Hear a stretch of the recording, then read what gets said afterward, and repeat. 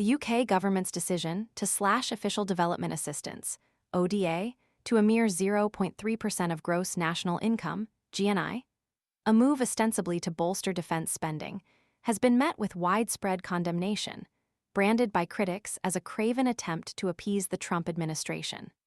The announcement ignited a firestorm of outrage, with accusations of cruelty and shamefulness reverberating across the aid sector. Experts expressed grave concerns about the disproportionate impact on vulnerable populations, particularly women and girls, and the devastating consequences for global sexual and reproductive rights. This drastic reduction follows closely on the heels of the Trump administration's shocking decision to freeze international aid and dismantle USAID, the U.S.'s flagship aid organization.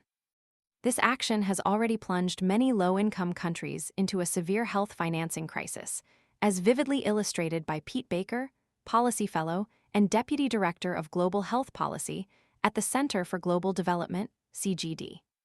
Baker highlighted the grim reality of clinics shutting down and essential health services being disrupted, a direct consequence of the U.S.'s actions.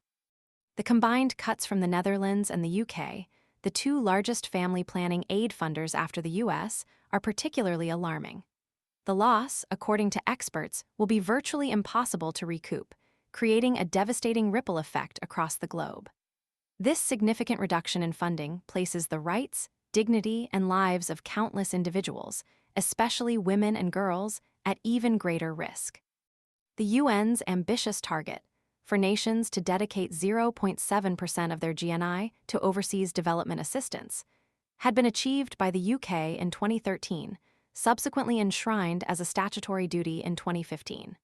However, in a significant departure from this commitment, Boris Johnson's government slashed spending to 0.5% in 2021.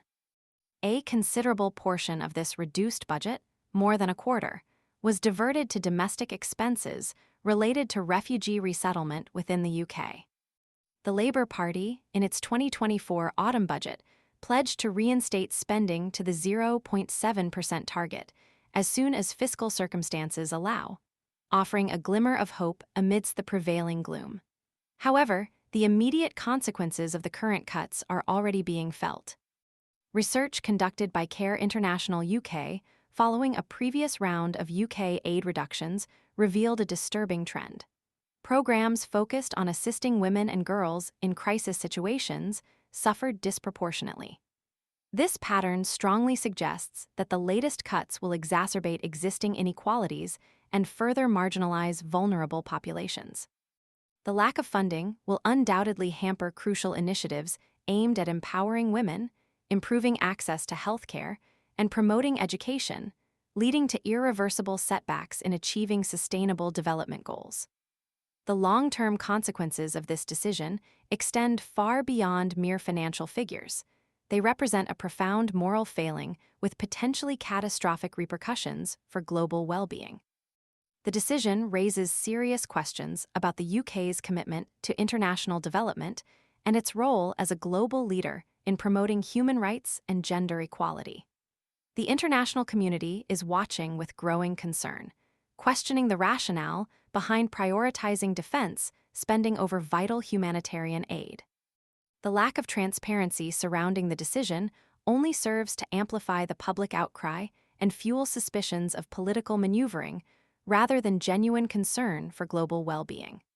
The repercussions of this decision will undoubtedly be far-reaching and long-lasting, casting a long shadow over the UK's international reputation and its commitment to global development.